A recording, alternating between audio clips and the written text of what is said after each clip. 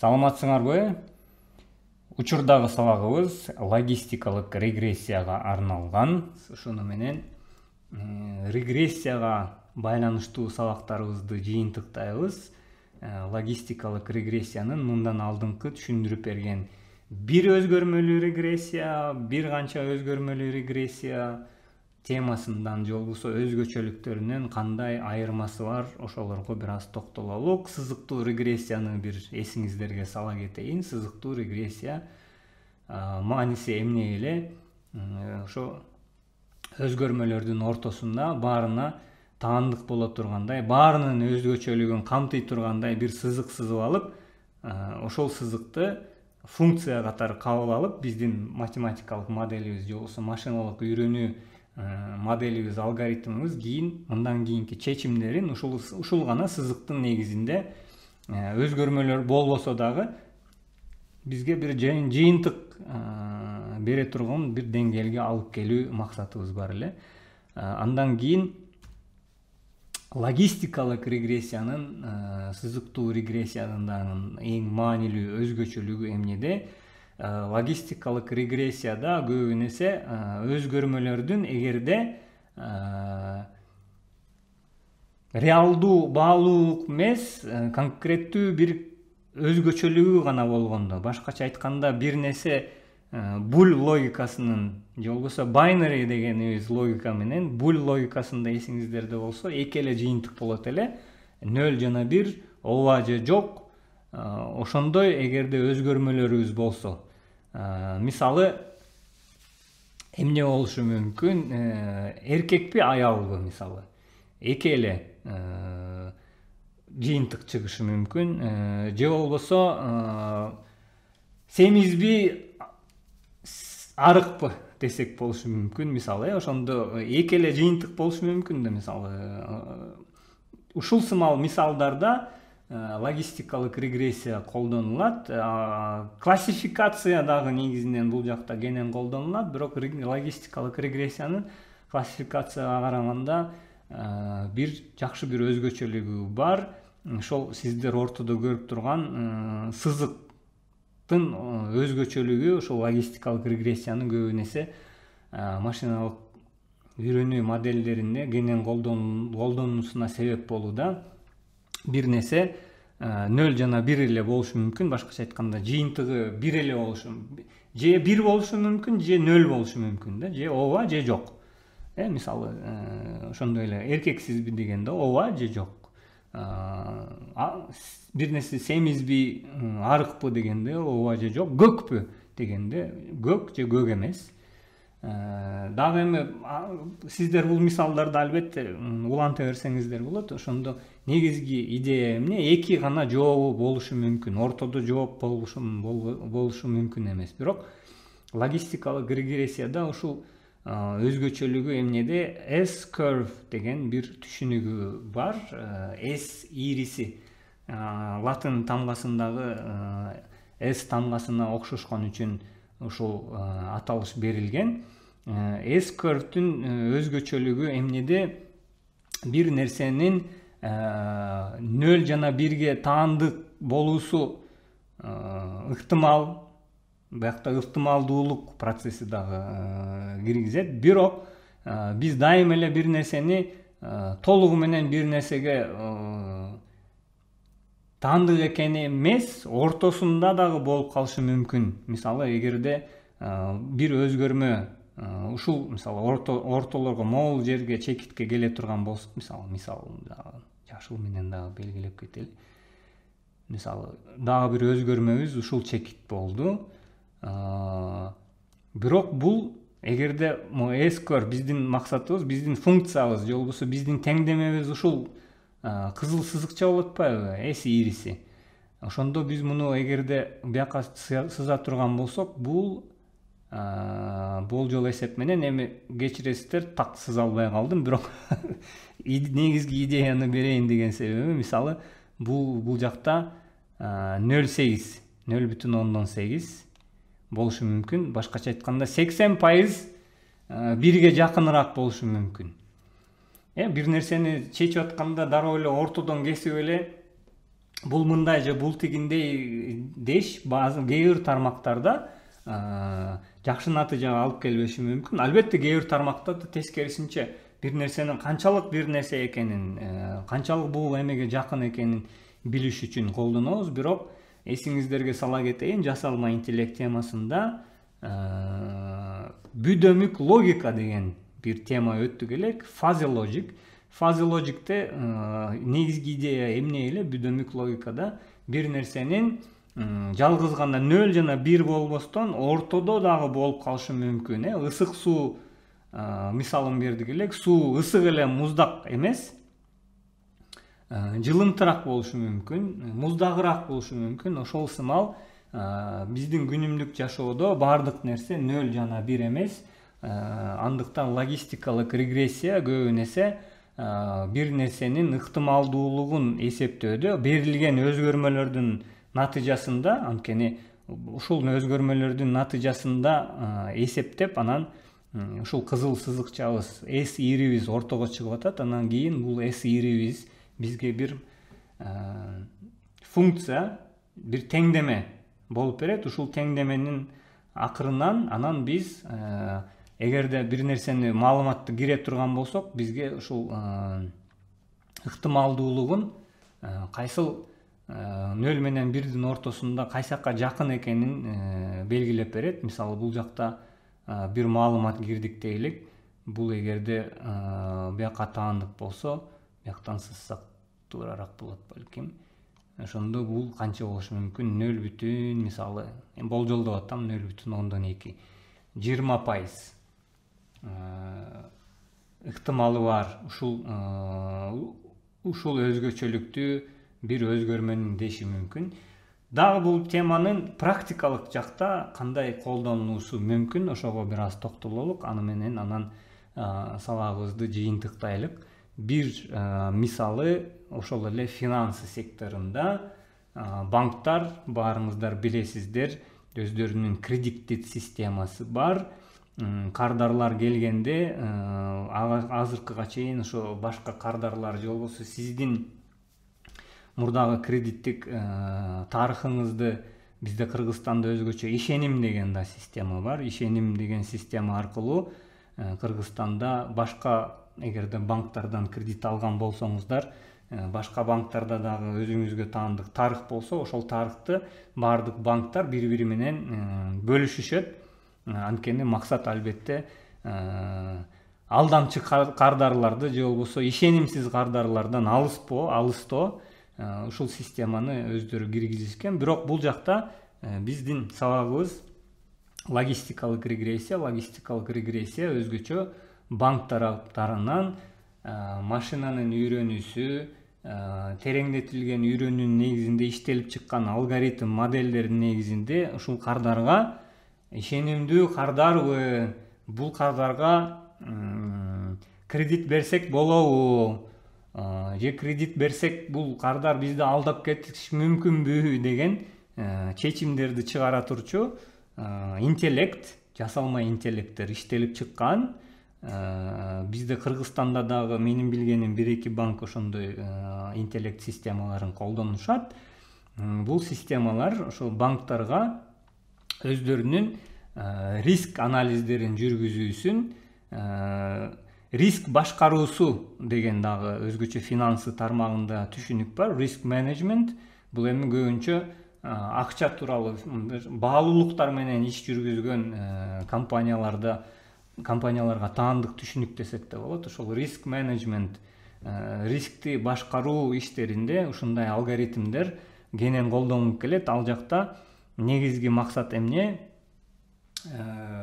Бир кардарды система мындан алдыңкы графикти эстей турган болсоңуздар, эки эле ишеничтүү же ишеничтүү эмес деп эле бөлүп коюшу мүмкүн.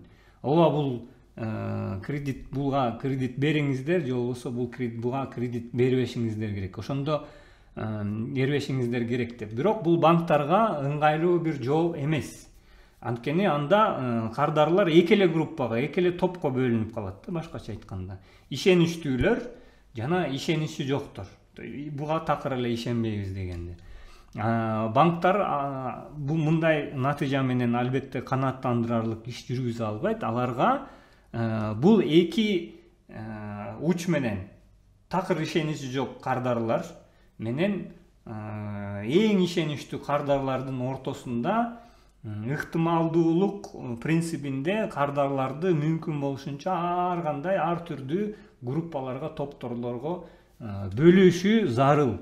Андыктан ушул принципте логистикалык регрессия принцибинде өздөрүнө кардарларына тиешелүү өзгөрмөлөрдү, өзгөчөлүктөрдү ушул алгоритмдерге киргизгенде программалык аппараттар, ушу жасалма интеллекттин негизинде иштеген программалык аппараттар бир кардарга канчалык кредит берсе болот деген ортодо ушул спектр дейлик, ушул спектрдин ортосунда 0-дөн 1-ге чейин же тескерисинче 0 деген эми такыр ишеничи жок болсо, бул 1 болсо толугу менен ишенебиз, 100% ишенебиз деген түшүнүк болсо, мунун ортосунда бир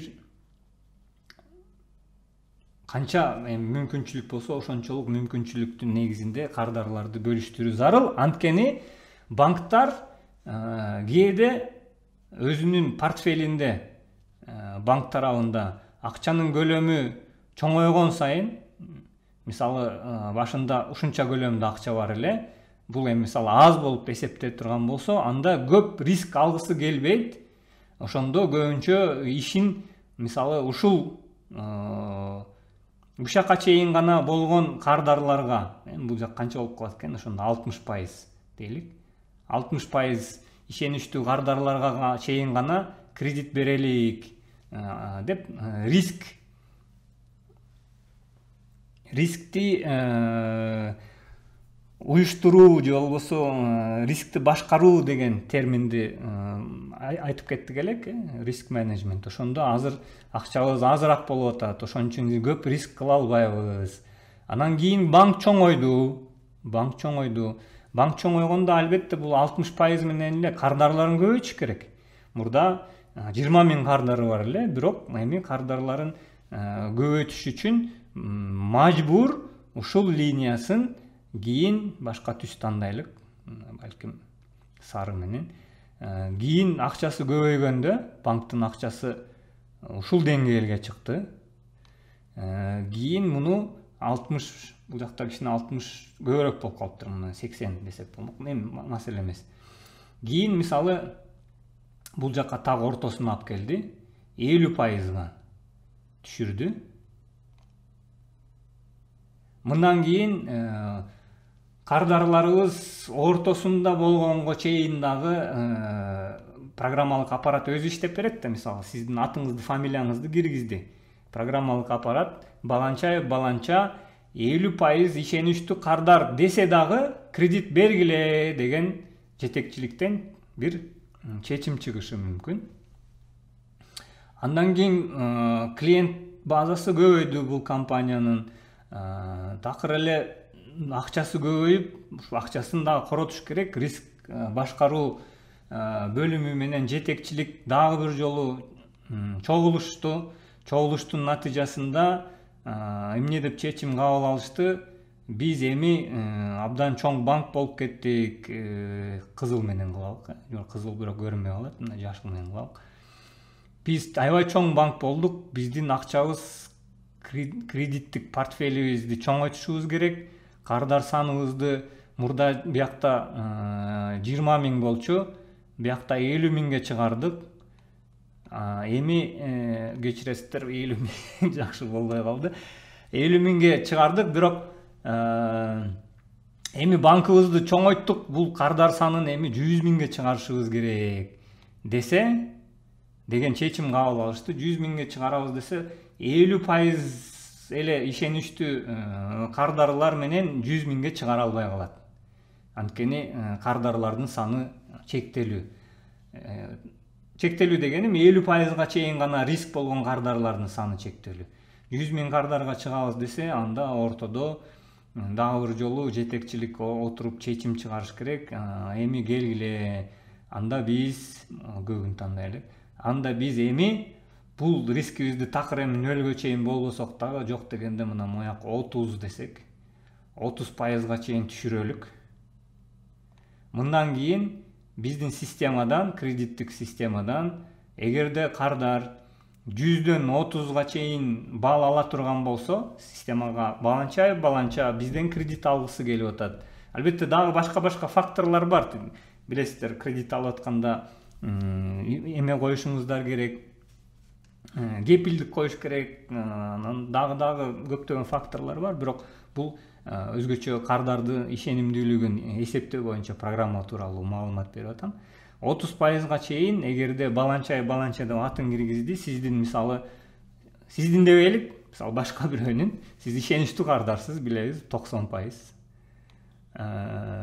Бирок бир кардардын канча деп чыкты натыйжада, мисалы 34 деген бал чыкты. Эми мурдагы балким жана ишеним системасында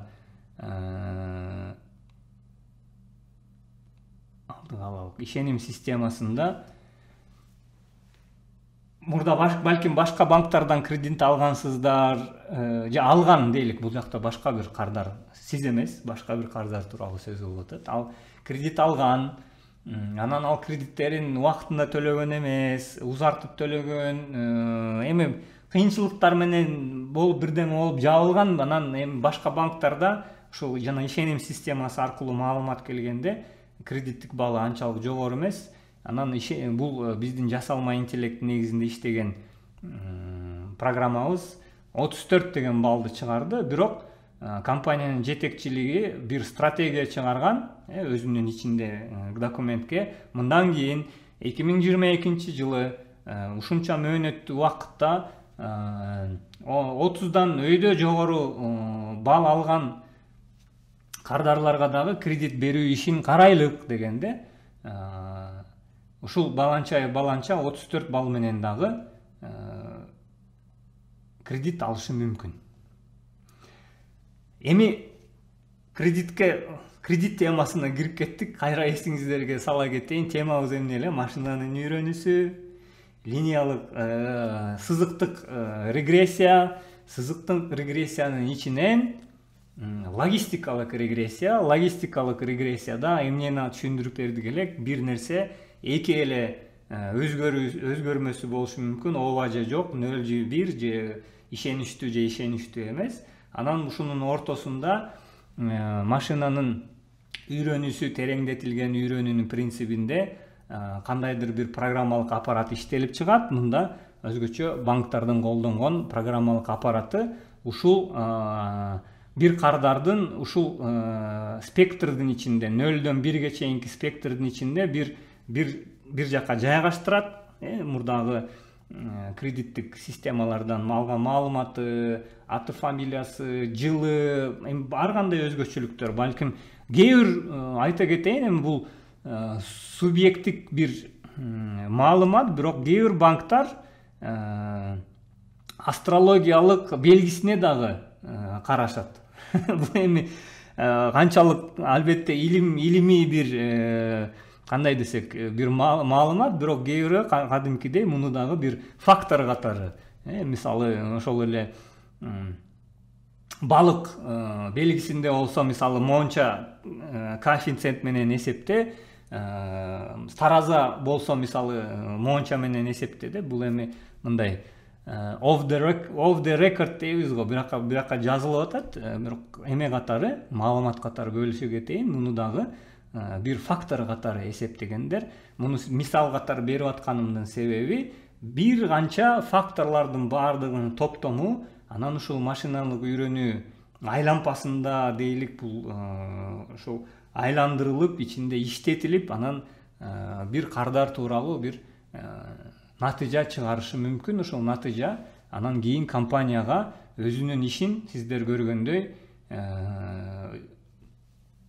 жетишкендиктерин, ишин өркүндөтүүсүндө, ишин башкаруусунда, анткени өзгөчө финансы секторунда бул башкаруу иши абдан маанилүү. Риск менеджмент дедик, рискти башкаруу иши. Ошол риск башкаруу ишинде ушундай алгоритмдер, модельдер банктарга, финансылык мекемелерге абдан чоң жардам берип жүрүшөт. Анда эмесе ушуну менен математикалык негизде сабактарыбыз бүгүнкү сабактарыбызды жыйынтыктайлык. Бүгүнкү сабагыбыздын темасы эмне эле логистикалык регрессия. Логистикалык регрессиянын ушундай пайдалуу жактары бар. Кийинки сабактарда анда көрүшкөнчө аман эсен болуңуздар.